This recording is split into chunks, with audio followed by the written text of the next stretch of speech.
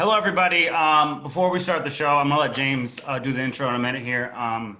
But we're doing this largely because of the death of Diego Maradona and sort of remembering him and things like that.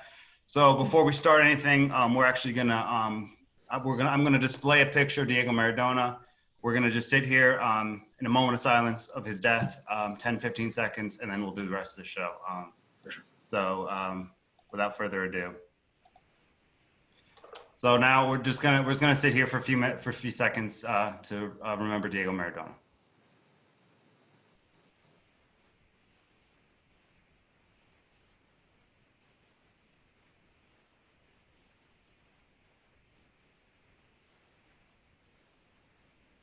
All right, there we go. Alrighty. Hey guys, it's Rest James easy, for Diego. the Futbol Ep.10 podcast. I'm here with Elliot, How's it going? and this week, the world was shocked by the news that Diego Maradona had passed away. Now, he was only 60 years young, and this decade has taken away some of our gems in the world of sport, starting with Kobe Bryant, and almost toward the polar end of the year in November now, Diego Maradona. Now, these are players that they are unique. They are the one in the million. They are top five, or sorry, should I say top 10 in each respective sport. But Elliot, we connect more with soccer because it's a global game. The beautiful game, as Pele would say. And so to see Maradona pass is really sad because he was a controversial figure. But likewise, his passion of football is not questioned. He wasn't like a total insane person who did evil. He did amazing things. He won the World Cup in what many people think was single-handed fashion. It was pretty epic, superhero ball. Maybe not single-handed. He wasn't a bad guy. He was a controversial character who did things that the most of us would not align with. I would say I wouldn't do the things he did. I didn't like the things that he did, but that doesn't really question what he was able to do as a footballer. And I think that's the separation. Once you understand that part of it, it's hard to hate him. But he wasn't evil. He just did things that you and I wouldn't. And there's so many things that are taken out of context because he's easy. It's easy for people not to like him if they don't understand the bigger picture. Now, I don't know if you know this, but in Italia 90, when Argentina played Italy in the semifinals, they played at the San Paolo Stadium in Naples, and Maradona was booed during the Argentine national anthem. And so he started saying, sons of bitches to the Italian players, the Italian fans who were booing him, And some idiots, some Argentina fans, I don't know why, but they would boo Maradona too. I don't know why. You know how the Bernabeu booed Ronaldo, the new camp booed Neymar and Messi? Yeah. Just some fans are bizarre like that. But anyways, Maradona cursing during the national anthem was frozen as a clip. And people only remember that he was cursing during the national anthem, so they were like, he doesn't respect Argentina's national anthem. Now, when I read more into what Maradona was all about, he served in their military, and he was so angry about the Falklands War. Do you remember England and Argentina, the Falklands War of the 1980s? Yeah. It was something that was ingrained in him. And so he loved Argentina so much that he would actually take politics and try to put it into the world of sport. And where this transcended the biggest stage was against England of all places, of all countries, in the 1986 World Cup when he scored the hand of God goal. Yeah. Now he called that goal a revenge for that war. It's an insane story, and I wrote an article about it for my journalism class, and I definitely will be sharing that soon. But if no one understood the bigger picture of it all, they would have just thought that Maradona was a disrespectful person. Now he looks very prideful, and although he did it in a very belligerent manner, he is proud of where he is from, and that's something that if anyone else was known for, they'd be respected. But Maradona, because he's proud of his country, was known for being a disrespectful character. And I feel like that's something that sadly carried a reputation that he carried all the way until death. And only now are people realizing that he wasn't a bad guy. He never was a bad guy. He was just vocal about his opinions, and he never held back. And also, he never switched sides. You know how Pele is always like Messi, Ronaldo, Messi, Ronaldo. Maradona was always like Ronaldo. Maradona said that Cristiano Ronaldo's shot strikes fear in the opponent, but that Messi is the best player in the world. Never changed that stance. Was not biased. If Maradona was as insecure as people say about Messi overtaking him as the greatest player of all time, he would never say these things. but he coached Messi. He knows Messi, or at least knew, because rest in peace, Maradona. So he'd always say, Messi's the best player in the world. He had that unconditional love for Messi. And it's only now, right, Elliot, that we were just discussing before, how people are putting Maradona in the ranks that he should be. Like, we're not talking about an average player passing away, people trying to put him in the top 10. Maradona was always considered one of the top 5 players of all time. And for many people, Zinedine Zidane, Ronaldo Nazario, some Brazilian greats who should put Pele there, we're saying Maradona is their greatest player of all time. So I feel like him passing shouldn't be the motive for people saying he's the greatest of all time. They should already have felt that and should already feel that way. But I just want to know what you thought of that. Do you think that people recognizing that now is a bit of like pushing their mourning into a sense of delusion? I mean, obviously, I'm actually going to read something I have on my computer. I said this when I was a young person, and just to give everyone context of this is when I didn't understand, Maradona's greatness. Mm-hmm. One of these things where he was a cheater, and that was the mindset. So I'm going to answer your question, but first I just want to read the statement, and then I'm going to just tell everybody just a little personal stuff of how my perception changed. And I saw this from something way back. I don't remember where I saw it from, but I said something similar to this because I remember saying this when I was a kid. I just paraphrased it and put it in a way where the context makes sense. So this is something close to this I said when I was a kid, when I was first learning about Maradona and Pele and all the greats from the past. So this is basically what I said. Diego Maradona was a cheater, unlikable. It never mattered how good he was. He was never going to even be in my top 5. How can you celebrate someone who cheated the game? So I'm paraphrasing that right now, and this was before all of this. But then, and in fairness to me, I didn't know what was going on, to be honest, and I didn't look at it in that way. But if you just listen to that quote that I said, it's not necessarily incorrect. The top 5 thing is probably incorrect, but the rest is certainly something you could argue that applied to Diego Maradona. But then you learned about him, and then you understand without him, without his existence in football, other things don't happen. Mm-hmm. Just how without Cruyff, the total football, the Pep's tiki-taka, his Barcelona teams, and what he has done in his other locations doesn't happen either. So he was one of the pioneers of the game. Whether you hated him or liked him, there was no real sitting on the fence. It was just like you were one way or the other. And for the longest time, I didn't want to put it in my top 5, not because he didn't deserve it, but because I didn't like him. There was things that bothered me. The handball goal, obviously, that's the one everyone talks about.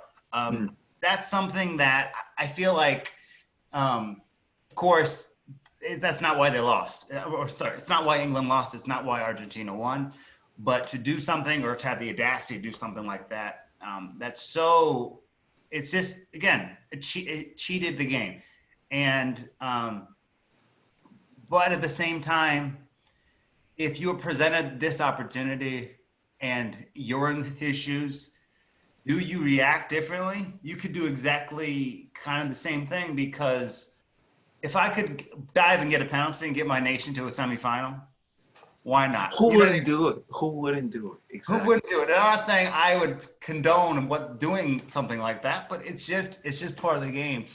And then you think of his ain't off the field sort of thing, the cocaine use, the drugs, something that a player that represents the beautiful game of class and elegance wouldn't do. Mm-hmm. But not everybody in this game's a gentleman, but that doesn't make what they do any less magical. Yeah, it's like, why do we have to have this polar contrast where it's like you're a villain or you're perfect? Like Conte or Kaká, they could do these things and no one would say a thing. But Maradona does, and all of them know. Sergio Ramos, a different class, but still. It's like people are already predestined to put their judgments on a person based on their actions in the past. And also, are we not going to admire low-key how cool it was for Maradona to do that and get away with it? Yeah. and for it to be hidden in history. You know what he said? What I love the most about Maradona is that he's so honest, like rudely honest, I guess Didn't you he could say. say he would Like do it again? he said he would do it again. They say he's the drunk uncle at the Then they cookout. had a picture with him and the referee from that game. Yeah, yeah.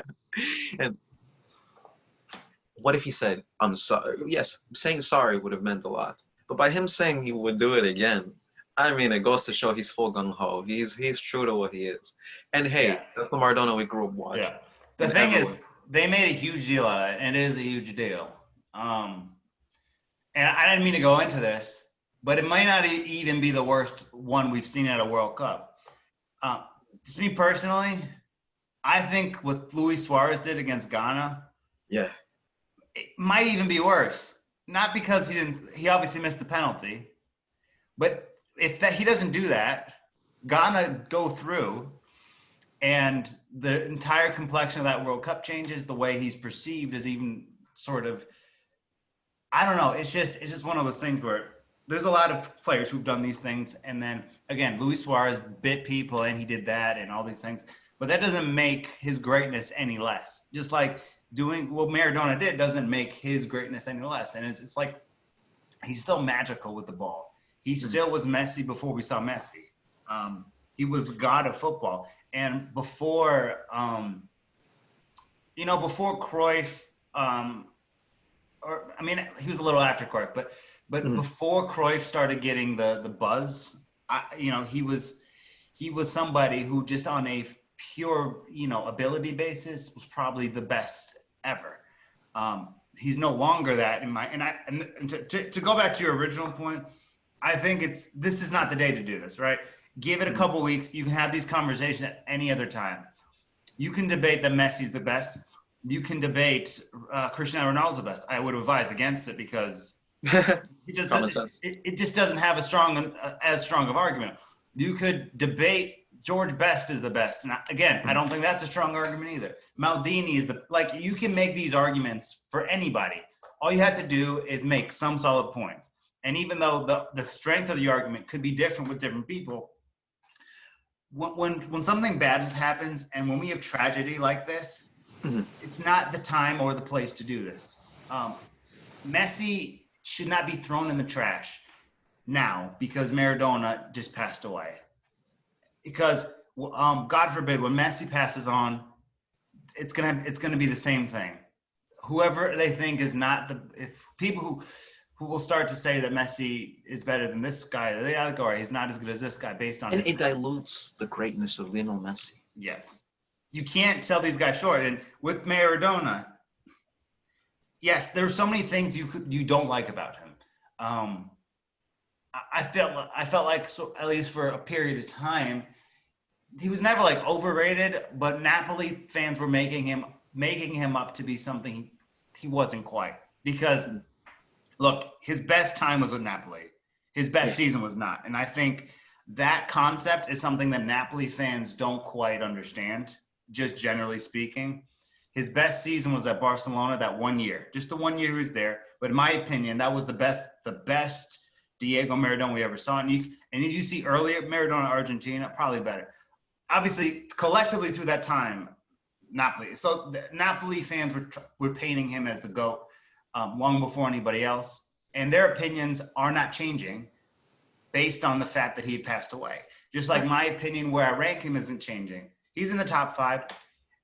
I would seriously question judgment if he's not in your top five personally. But so it doesn't matter what kind of person he was. He was magical on the pitch, and like I said a couple days ago, he's the pioneer of the game. His impact on if you remove him from the game looks differently. Things are different, and whoever you want to say the GOAT, if you want to say it's him, that's fine. But I don't think today's the day where you look at all these situations and you try to say that he wasn't the best or he was the best, one or the other. This is a time to watch Maradona documentaries and just enjoy what he brought to all of us and brought to the game. And you can have these conversations about who the best is any other time. I think it's actually disrespectful to be doing it now based on this. You can't run someone down based on the fact that they died. that doesn't. I guess you can have this conversation any other time. I think it is. I don't even know the word. It is just unbelievably disrespectful to do it today or this week or next week. It's about, you know, I don't know, just appreciating what he was. And I'll be honest, I've never been, as far as a human being, obviously he meant a lot to people in Napoli, but there are certain things he did that I didn't like. He was never one of my favorite players, but I never, once I grew up and became an adult and understood the game a little further, I really understood who he was and how important he was to the game of football. And I think that's one aspect that people don't think about. You can't tell the story of football without Diego Maradona. You can't tell the story without a lot of these guys, but specifically the impact of South American football was basically orchestrated by Diego Maradona. And that's the thing we should be talking about today, not whether he was the best or whether someone else was better. Mm-hmm. And one point I wanted to make was that it's a bit like a carbon copy of Michael Jordan and Kobe Bryant, where Maradona is like the print preview of Lionel Messi. And so people are taking, or should I say, like, people are putting Maradona above Messi only because of his passing and not necessarily because of the merit of his actual career achievement. Maradona he's exactly like Messi, but he's just not as good. And that's okay. They were exactly the same. That's literally everyone. I mean, it's a little different because Kobe tried to play like Michael Jordan. And in this situation, Messi is the younger person versus the older person. So it's like Michael Jordan and Kobe, but the other way around. Yeah. So it's like unlike Messi. The basketball thing, I don't want to talk about basketball too much here. Most people don't have Kobe even at number 2. The majority of the community of the basketball world has LeBron ahead of Kobe. LeBron number 2. I would say most people have Michael and LeBron, and they're nothing alike, but it doesn't matter because Kobe wanted to be like Mike, and Messi wanted to be like Maradona. But in this case, Messi ended up being better than Maradona. But that doesn't deny what Maradona was and how great he was, and he was still all-time great. And I don't want to talk about who was better, really. You and I clearly have a choice here. We think it's Messi's the greatest of all time. But I think the timing of talking about these things isn't, they're both great. And I think any other day we can talk about how great who was better than who and what he did this and why Messi can't do this and why Maradona couldn't do this with his clubs. But in the end, it comes down to just it was a gift. Maradona is just God in Argentina. And I loved the way Napoli came together.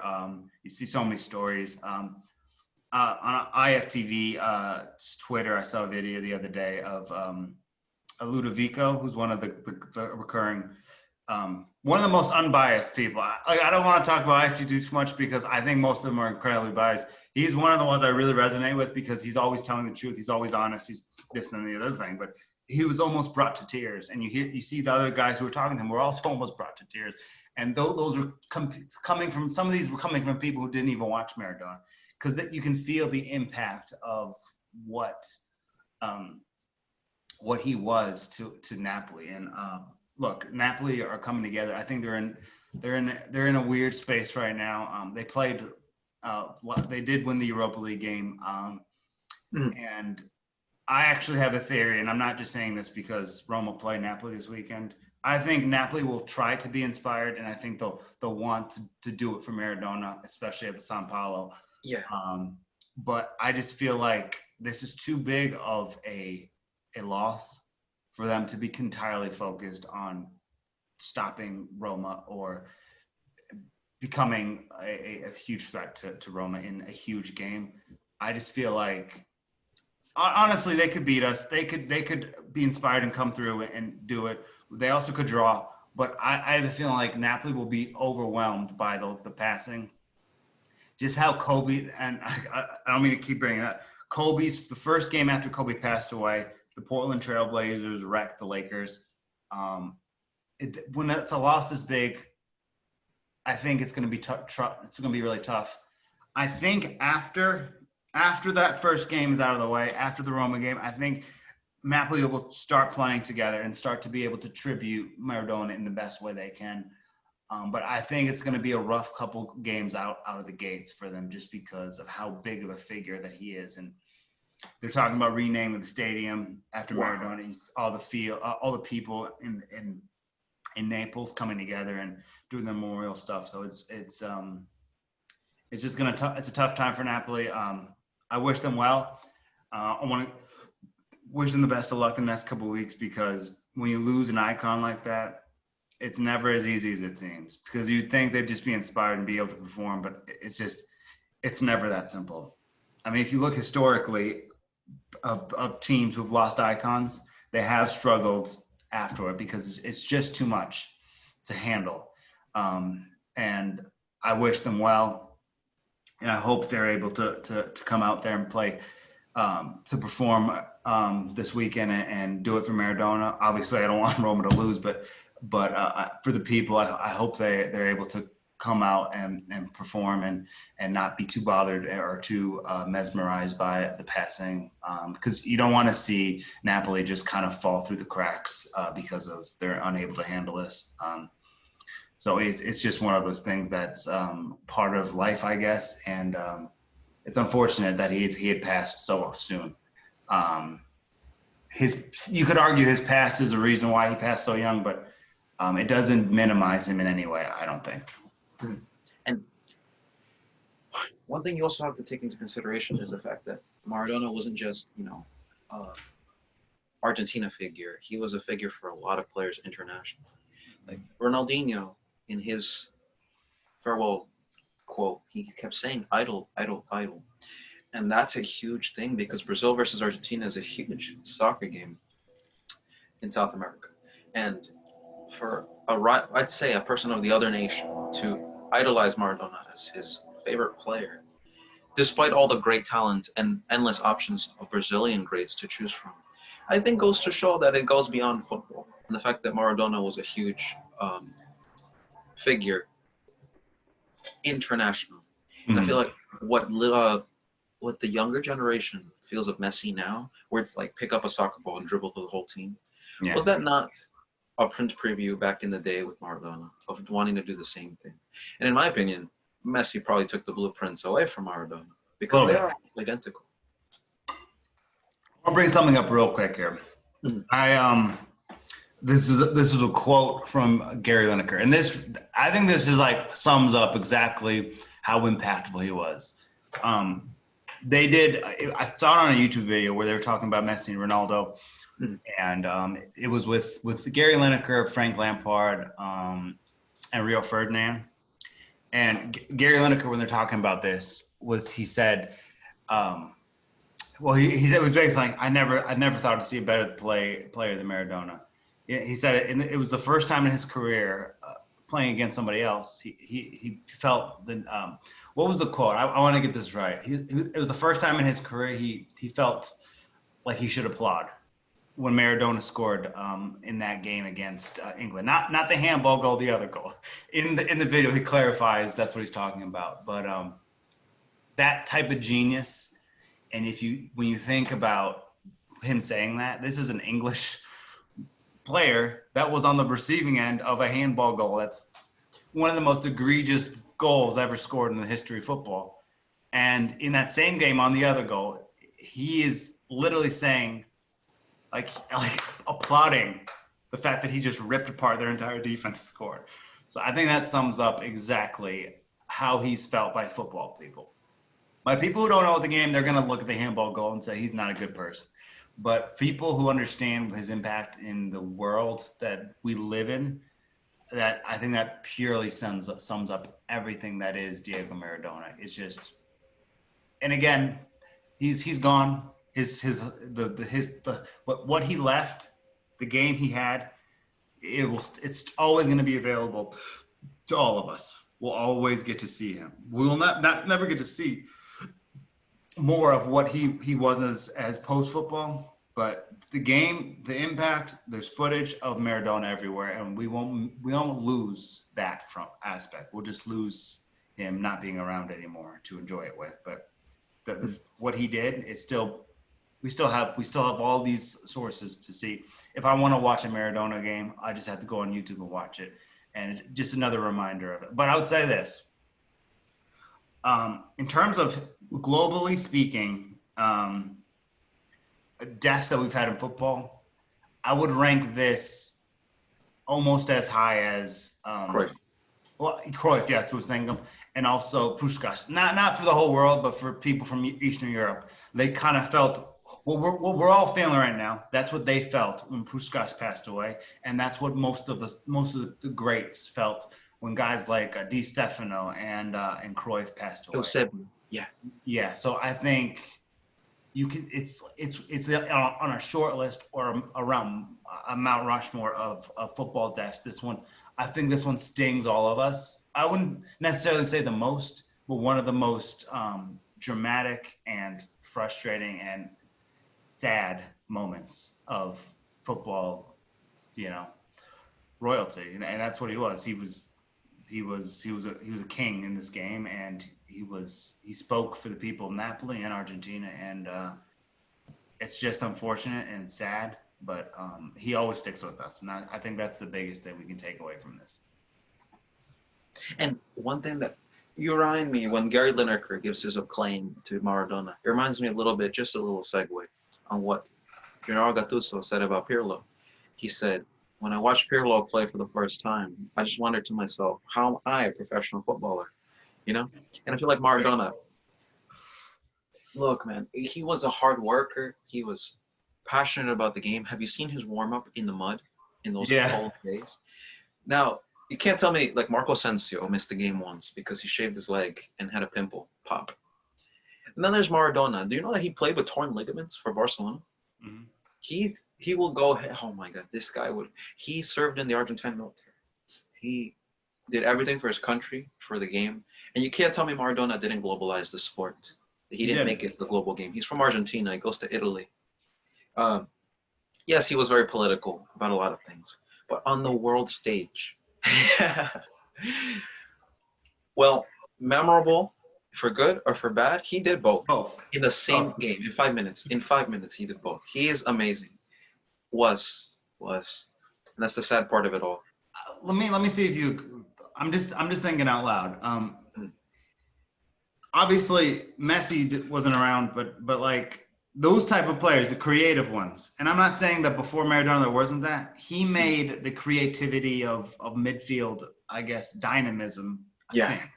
I can't remember before Maradona. Obviously, I wasn't around, but I can't remember before that point that was the thing to do. Because look at Lothar Matthäus, who's was in the same era, who's concurrent to him. Now, obviously, he had a different role, but both midfielders. And yet, it's like, who would you rather be? That's my question. Like, if you could be Maradona, would you not? Come on, man, you're the best player in the world. When was Maradona not the best player in the world? When Hullet was like towards the latter end of his career, Yeah, I think Cruyff retired in the 70s, right? Yeah. And Maradona, when did Maradona start? I'd say seriously started in the 1980s, like 1982. Yeah. So my thought process here is, personally, I think Cruyff had the crown from day one until he retired.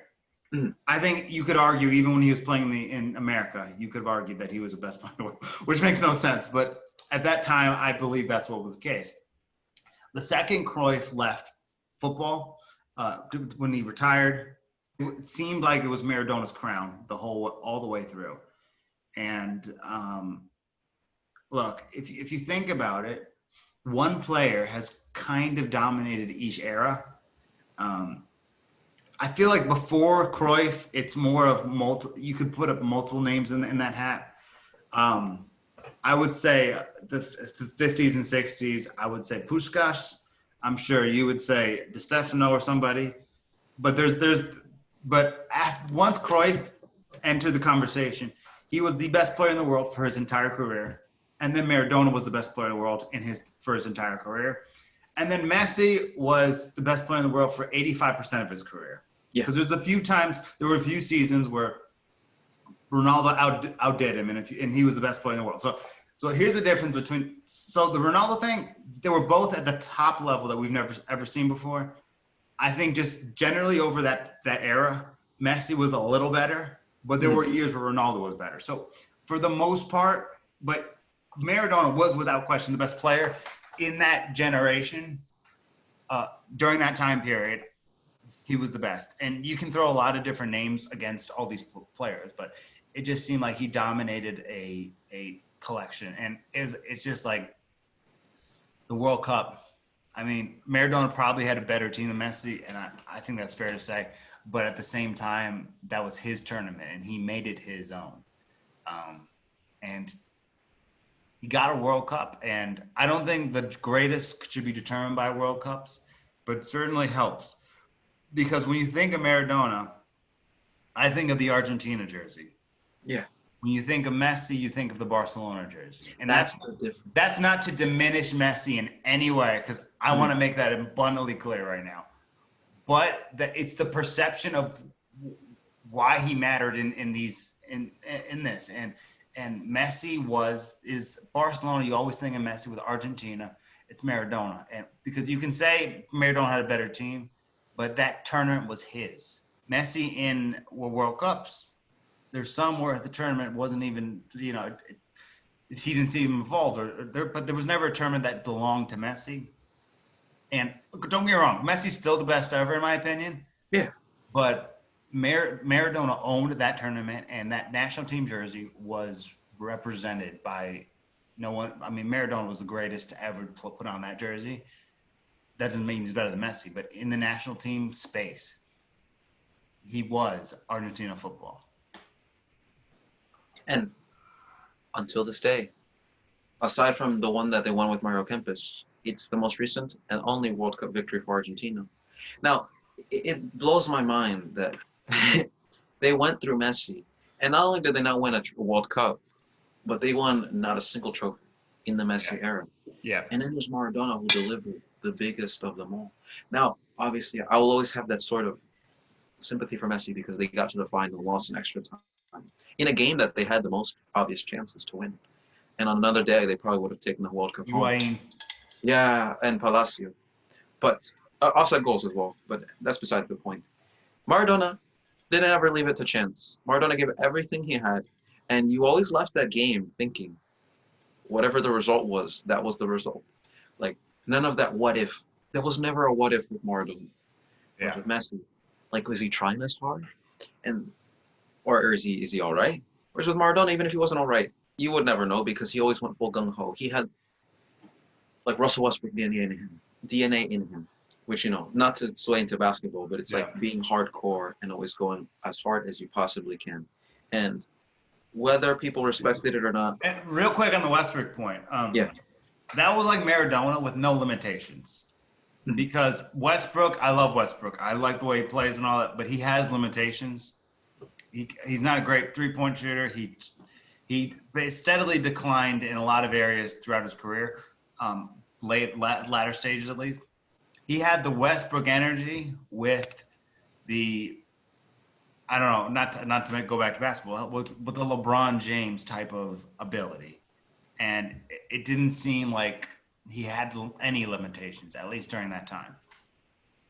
Mm-hmm. And yes, he had the drug scandal, and he had all the political and bad things in his career. Mm-hmm. But obviously, this is not the right time to highlight it. And nor did they really impact his greatness before that. For example, like, how in baseball, if you're familiar with Barry Bonds, or with the illegal substance abuse in that sport, like, that was undisclosed, I guess, for large periods of time until it got uncovered. Whereas Maradona, like, if you remember his celebration in '94, which was later in his career, by the way. Yeah, he got kicked off right before the Romania game, and Romania went to the semifinal that year. Exactly. Quarterfinal. Yeah. And not only was he penalized for it, but at least it was something that was easily unraveled, and it didn't really carry his career. Unlike other players who, in other sports, like maybe even Tiger Woods or Lance Armstrong, where it's like you can debate their greatness about it. With Maradona, it was like he was great before that, after that, during that, and the fact that that had a small black That's why I stain think the Barry didn't Bonds impact his point greatness. is important, because before Bonds was roided up, he was Mhm. already a Hall of Famer. So maybe you could say that the use of the roids made him a bigger Hall of Famer. But based on what we saw from Barry Bonds, he did it before and after, kind of like Maradona. I think Maradona is a little different, but it didn't affect his play. And had they let him do what he did, he still would have been all-time great regardless. Uh, would they would they have won in '94 with him? Probably not, but still, um, I don't know. I mean, he was just something a bit extra, but he had to be.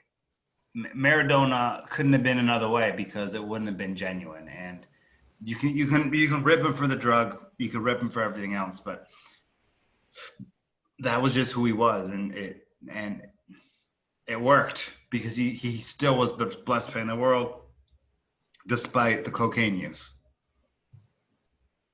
And not to mention, Maradona had the ad hominem against him of being unliked, and yet still, when FIFA gave their best player of the century, he was there with Pele. Yeah. Despite all the hate, like, can you imagine at the height of your 1997 when Maradona retires, and having all of these bad things put against you, and still it's undeniable of your greatness. Now, number one, I wish he didn't do all those things, because then people would have him in a higher light. They would put him a little higher. They'd love him.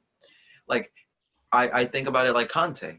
If Conte had that like Von Bommel reputation, then he probably wouldn't be put in the World 11 as often as he is, in my opinion, just based on what people think of him. But the fact that he's a clean and good person Yeah. puts people a little higher. Same with Pele. I think some people, and actually Pedro Pinto of CNN said this about Cristiano Ronaldo in reference to Messi.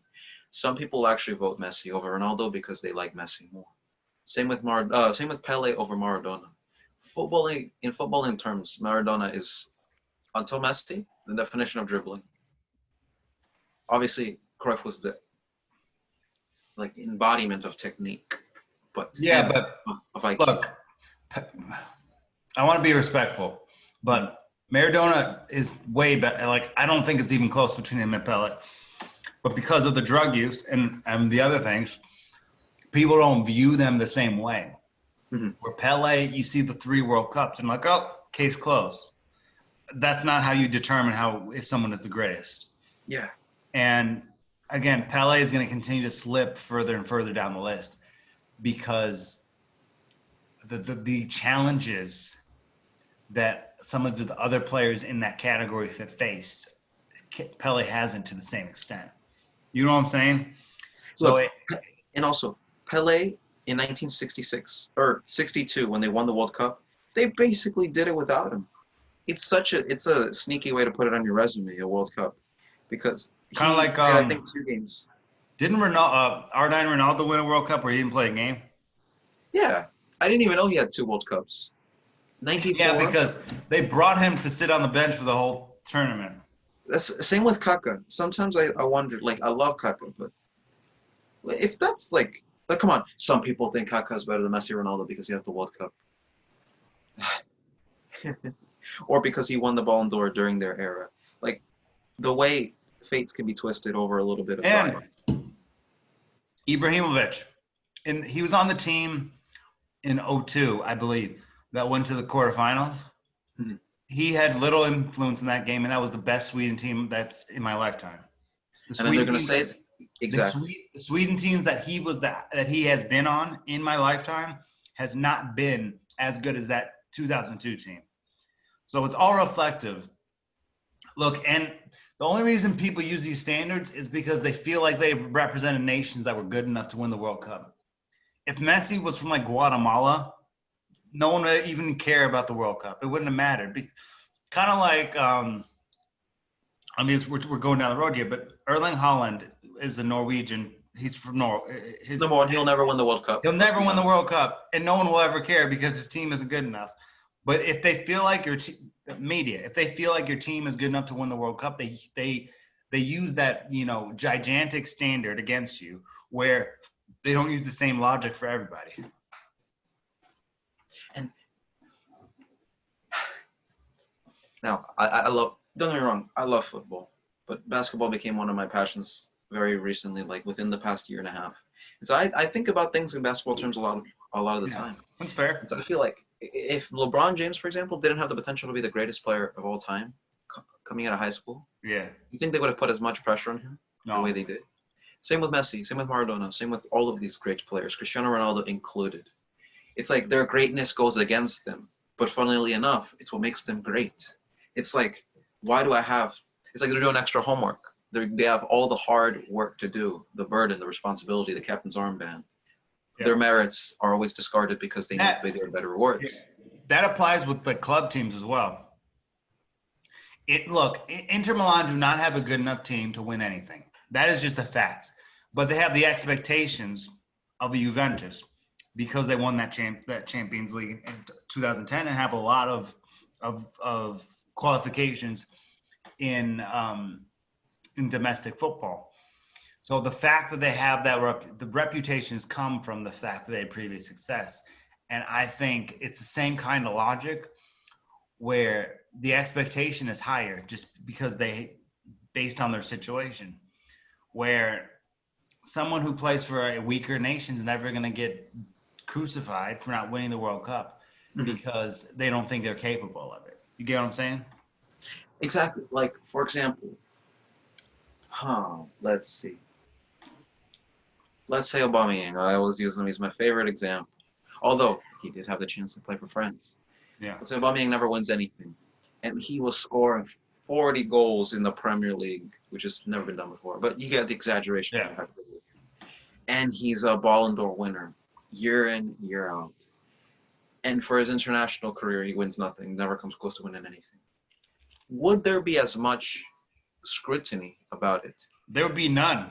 None. Because he plays for Gabon, who never makes the World Cup. Exactly. And then it's not visible now because he did deliver twice, Neymar with Brazil. Mm-hmm. But if Neymar retires without a World Cup final appearance, he'll be crushed. It'll kill his. And you look at Ryan Giggs, who played for Wales his whole career. Nobody even talks about him not making the World Cup ever. Exactly. And it's a double-edged sword, which it kind of goes beyond football because they didn't have any control over where they were born. Yeah. Or what countries they were eligible for. But that's just the thing, man. Like, number one, if you take Maradona out of that team, they're not even touching the semifinal. He takes them to the final twice in a row, which is Brazil-esque. Honestly, I need to look for the source. But I remember someone said the thing that makes Maradona so great is that he makes Argentina look like Brazil, which historically speaking is such a great compliment because even though Germany and Italy have 4 World Cups and are one behind Brazil, they're the kings of football. And so for the little brothers, the little down south, to even be in comparisons to that, because of one man, he must have had a huge impact. And he did, because hypothetically speaking, he could have given them 2 World Cups if Bremen doesn't bury that penalty in 1990. You know? Yeah, I mean, it's crazy. I can't. That's insane that he made 2 World Cup finals in a row. I mean, it just shows the brilliance of him. And then, I mean, easily he could have probably, because they lost to Germany in 90, right? Mm-hmm. I mean, it's just, and again, it's just incredible, because it just shows he had that team on his back over and over again. And this is another thing: no one ever talks about the fact that he lost a World Cup final. It's never brought up because he won one, and that's the whole perception of what people look for in a certain sense.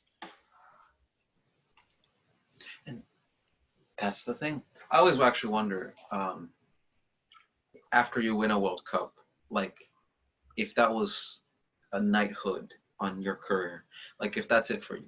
And I want to put it into the modern day. Mbappe, for example. Like, does he need to achieve anything on the international front anymore? Does he? Like, could he go with no more international success and be okay? what would you say? I would say he needs to do more than what he's done. Mhm. And this is actually Because in something. Zidane's case, who is one of the best players of all time, top 5 in many lists, he won the World Cup '98. Then he won the Euro in 2000. Made Yeah. another World Cup final, and if it wasn't for a headbutt, that penalty shootout could have gone in either way. And if Zidane wins 2 World Cups, I'm starting to think we could talk about the greatest player of all time there, because Yeah. he No, scored there in are 2 World people. Cup finals. There are people who do think he's the greatest player of all time. This is an important thing though, because when Jack comes on Sunday, I think we should talk about this again. Yeah. Because Jack had me and Jack, maybe two of the harshest critics of Mbappe. We kind of see things the same. Mbappe was electric in that World Cup. I don't think there's no denying that. But if you really look at it, was he a top 3 player on France? I don't think so. So, with that being said, he was carried. I don't want to say carried because that makes it sound like he's a bench player, but he was lifted up by Antoine Griezmann, who at the time was excellent in that World Cup. Then you look at the defense with Varane; he was excellent. Lloris was excellent. So, Mbappe himself didn't take them to glory. It was the other pieces. Mbappe needs to overachieve with, and we'll see what the France looks like, when he's in his 30s. But I think Mbappe needs to overachieve with France in one tournament to justify it. He doesn't necessarily make it his own and score a bunch It's of your goals. team, you take them there. And I think he at least needs to make I actually would say, if he wants to get in the upper echelons rankings, he needs to make another final, even if he loses it. And he has to be the reason that they got there. Just like Zidane was the reason they got to the final against Italy. And I kind of have a question. Mm-hmm. Was Cristiano Ronaldo the reason Portugal made the 2016 Euro final? No. No, right? Thank God. Because I heard this all the time. He missed a penalty against Austria, which actually put so much doubt in my head. Scored 2 goals against Hungary, which got pummeled by Belgium 4-0 in the next round. Yes, but hold on. Before you go on, let's go back to the Hungary game. He scored the goals in the Hungary game. He wasn't fantastic in the Hungary game. He had the moments, he scored the goals. But collectively, as a performance, that wasn't Ronaldo-esque. So you look at all the games he had played. You look at the Wales game. Yeah, he scores. Fair enough. But again, a lot of these games, he wasn't the best player on Portugal. So he wasn't carried. And in the final, obviously, he was off after 9 minutes. And you can't credit him for them winning it just because he said some nice things in the locker room. So anyway, continue. And no, but more so, he was like intermittent greatness. When he did show up with that header against Wales, that was Superman. That elevation, that hang time was excellent. But then the final, I'm not even kidding. I heard this a lot, never from a single Portuguese. But if Ronaldo plays that final, they don't win. I don't think so. It would have been too scripted. Like every attack through Cristiano Ronaldo. They would have planned for that. Yeah. They wouldn't have had a plan B. Who on earth watches Eder highlights? Who on earth expected that goal? That's what I'm thinking. Who was he playing for at the time? I don't even remember. I think it was like Lille or Nice, but I'm not disrespecting it. In fact, I respect so much that he scored in the Champions League. He scored in the Champions League this year with Luka with a mouth cap. I didn't even know he played for him. And they should have taken another World Cup just because. Yeah. But if you think about it, France had several really good chances in that game to put them away even without Ronaldo. Mm-hmm. With Ronaldo, that goes into – I don't know what happens, but it's possible they don't win it with Ronaldo. Mm-hmm. So can you really credit Ronaldo? Yes, he won it, but I don't think you can use that for ammo when you're debating his career. And in this summer, and we've already talked about this, I think Felix will be their best player. I think Ronaldo will be their number 2, and that's why I think Portugal will win the Euros. But if Ronaldo is their number 2, they can't use that as ammo either. So it's all circumstantial when we're grading these things based on team achievements. Exactly. And another thing that I just want to mention is why should one player's greatness always be paired with another player's weakness? For example, I know that that summer in 2016, Messi and Ronaldo both played a huge international tournament in which one of them won the whole thing and the other one lost on penalties. And it goes without saying, we all know what I'm referring to and alluding to here. Yes, but in But fairness to the Messi thing, he wasn't yeah, the reason they lost on penalties. yeah, Vidal missed the first kick, he missed the second. So yeah. when Chile stepped up next, the score was 0-0.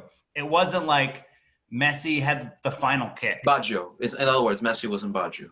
No. So, and I love how people clip that up with him missing, and then the following clip of Chile celebrating. That's not what happened. I remember watching it live. Vidal missed the first kick. Messi stepped up and missed the second.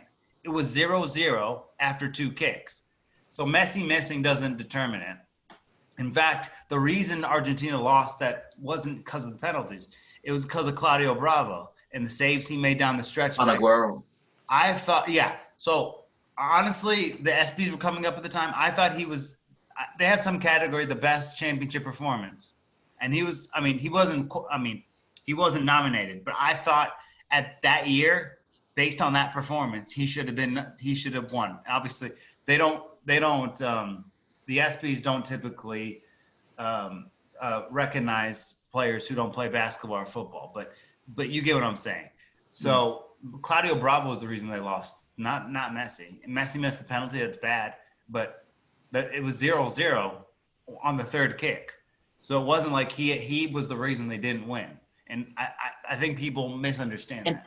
And nor is it's not like day and night where it's like Cristiano Ronaldo scored a hat trick in the final to blow out France. He played 7 minutes. Exactly. He played like 6 minutes, got injured, and then his team won the game. Messi played the whole 120, missed a penalty. Like, come on, man. And oh, by the way, it's not like Messi was outplayed in that tournament by Alexis Sanchez, who won the Golden Ball. Yeah. Like, Messi had a great tournament. Up until the final, Messi was the best player in the Copa America 2016. And the final wasn't his crowning moment, but he still wasn't bad. He still was very respectable in that game. I would say there's been some games lately that his team has not done well and he hasn't played well. But this was not one of those situations. He played fairly well. He just didn't play the way he should have. But yeah, I don't mind Alexis Sanchez getting it, but Messi was equally worthy of that. And I don't know if Sanchez actually took a penalty or not, but I don't think he did. That's besides the point. No, he took the last one, I think, actually. I know that number 5 Silva took the final penalty. I know Vidal missed, but either way. In the first one, it wasn't Copa America. Yeah, the one before that. Yeah, in 2015 he chipped Romero in the first final. But that's besides the point. Back to Maradona was the essence of it all. He can't look back in his career and say that he regrets anything. Well, look, I think his career, if you could play it back again, you'd want to have a career like that. I mean, it goes without saying. But there's moments in Messi's career which, despite how great it is, you think, maybe you could have played better. Maybe, what if this? What if that? Yeah. In the 1990 final, Maradona could have done nothing about that penalty. He did everything he could. Honestly, I don't know a single person who would blame Maradona for that game, for Argentina. Yeah. I just hated that it was determined by a penalty. That's the worst way to lose the World Cup. And a late one as well, with no chance of a reaction from Argentina. But it's just, you can say what you want. Again, we're not here to rank them today, but he was almost a perfect. I mean, not as a human being, but as a footballer, he was close to perfect. Yeah. If we're judging it, he's as perfect as one player has ever been, outside of the little 5'6" one that currently plays for Argentina. But I'm not comparing them here. I'm just saying he was just the definition of perfection on the pitch. Off the pitch, maybe not, but on the pitch, he certainly was as close to perfect as you can get without being perfect. Mm-hmm. Another thing, Messi's never look, not to discredit Messi, but I was just thinking about this yesterday. He's never actually scored in a knockout game of a World Cup. And Maradona made his career in those stages. Mm-hmm. I feel like without making comparisons, that has to be taken into consideration in terms of a clutch factor for their international team. So when people think, like, if no one had told you Messi played for Argentina, and you never saw footage of Messi play for Argentina, would you know that he ever played there? Wait, what Where's do with you mean? Maradona? Like, what I mean is, like, if there was no, if you just saw Messi at Barcelona versus if you think of Maradona, is Maradona the same person without his Argentina legacy, the way Messi is without his Argentina legacy? Or could you say that Messi without Argentina on his resume makes it look even better, do you think? Ooh. And like, what I mean by that is, like, on both fronts, Maradona performs. Whereas Messi, on one hand, is like much better off with one piece of his resume than he is on another one. So I feel like, do you think that Maradona having that levelness on both platforms gives him a boost in the greatest of all time debate? I guess you could, Mhm. but my thing is Messi's domestic football. Mhm. It's no one's ever compared to it. Right. So if you're gonna, okay, let me do both.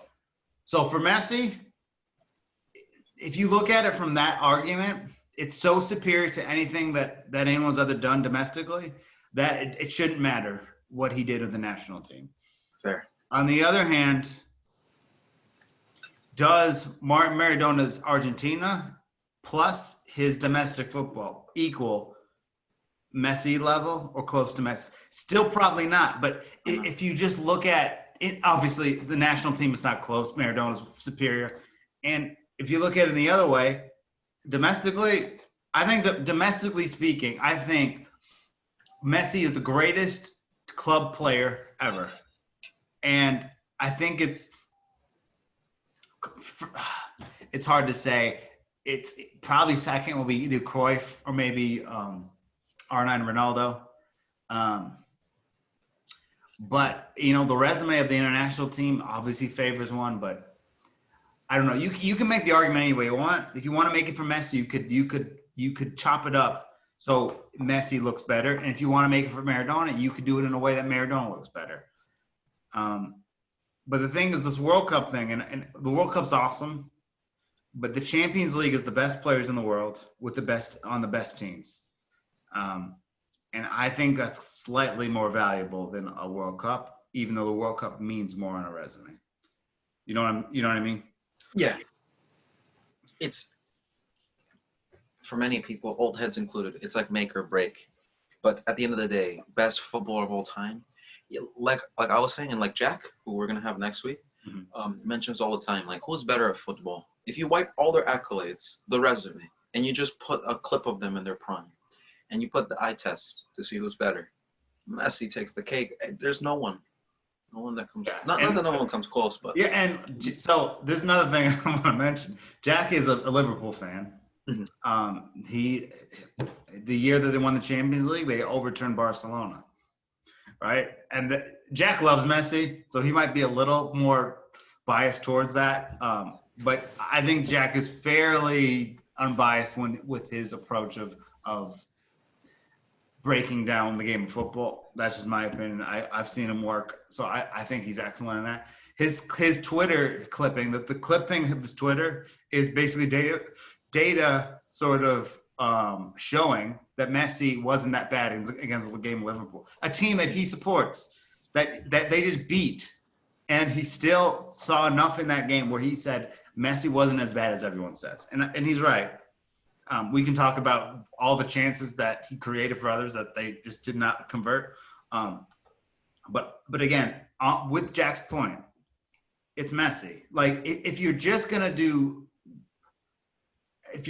it on like aliens come down to Earth, they've never seen a game of football, and you show highlights of all the best players of all time.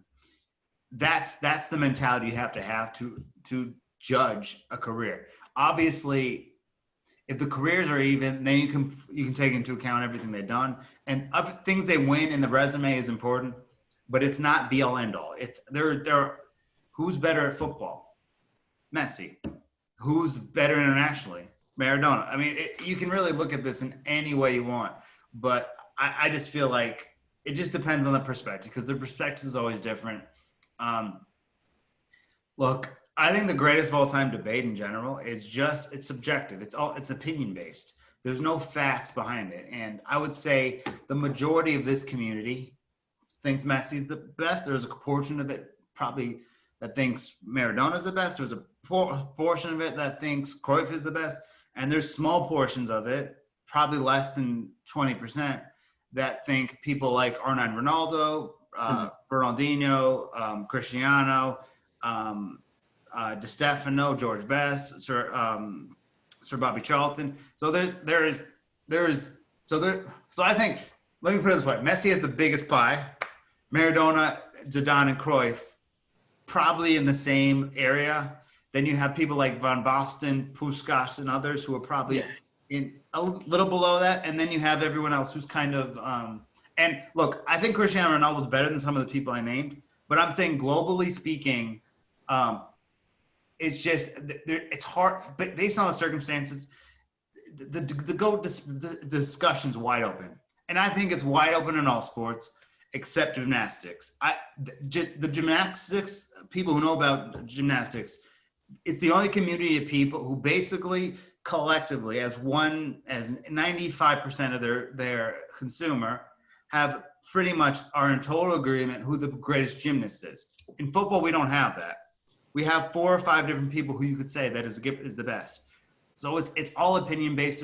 There's no facts. You can bring your best argument to the table, but generally speaking, in football, in our football, and the NFL, in basketball, in tennis, I mean, in pretty much all the other sports, it's all based on your opinion and your perception and what the criteria is, because your criteria and my criteria and Jack's criteria could be completely different. And it just comes down to all those small details. So it's hard to say definitively who's the best. I am clearly on one side of this, and you're clearly on one side as well. So it's just like, it just all depends on how you evaluate the situation. And also, speaking of Maradona and Jack, next week we're going to be making should I say next week? In 2 days' time, we'll be making our all-time favorite 11. And while I never had the honor of watching Maradona play live, I never will, we do have footage. And I'll give you a sneak peek. He makes the squad. I always envisioned the center attacking mid to be that Bobby Weavy, number 10. And before it was Messi, it was Maradona.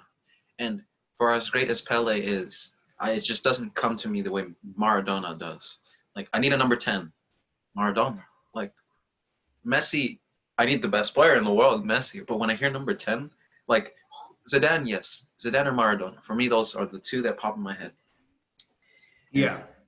I think what we'll do is we'll have to do our 11. It'll be a favorite with a mix of trying to also create the best team possible. But I don't know if I'm going to do it yet. I'm thinking about trying to do it without Messi or Ronaldo, just to be different. Yeah, it's going to be fun because they are obviously. To be honest, I'm not going to give too much away. There's some golden team guys that I'm not going to do all golden team. That got to be too obvious. I'm not going to do all Grande Torino.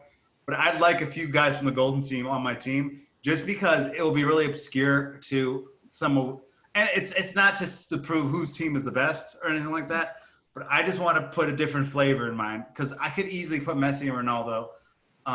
Everyone who knows me knows Cruyff is going to be in there, but I just think it'll be interesting to see the different ways, because there's not really guidelines of how we want to do this. We can just go about doing it any way. It can be, a lot of modern players. It can be someone who's not so modern. And it can be some players that you probably never heard of.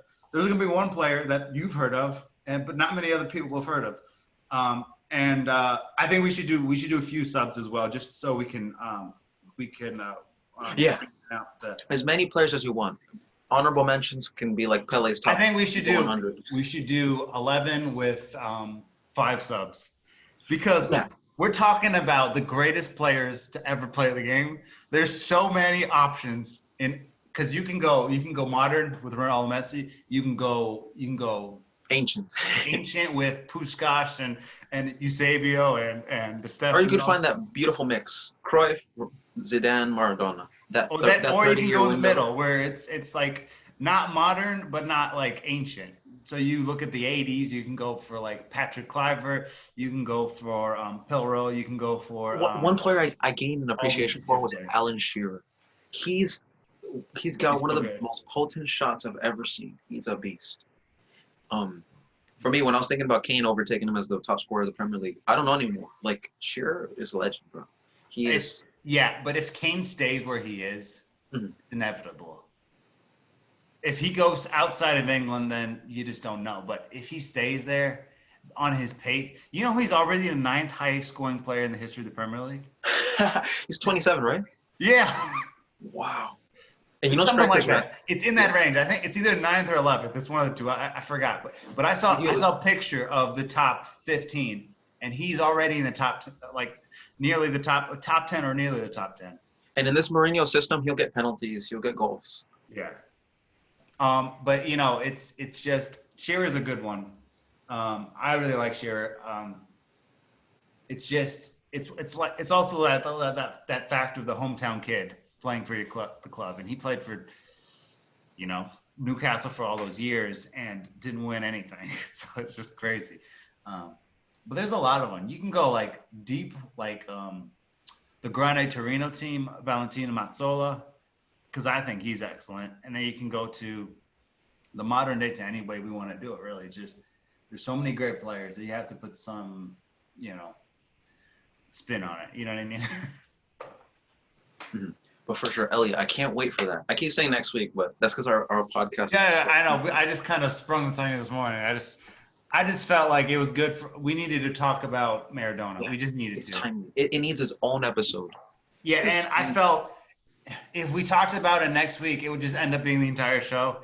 And obviously, we have a different plan for the show we want to do that we're gonna do with Jack this Sunday. So it was. I think this was the best idea just in terms of all that. And yeah, for sure, it's gonna be good. I can't wait for that. But guys, this has been James Bowen and Elliot for the Football Apex podcast. And we can't wait to catch you guys in 2 days' time. So take care. See you guys.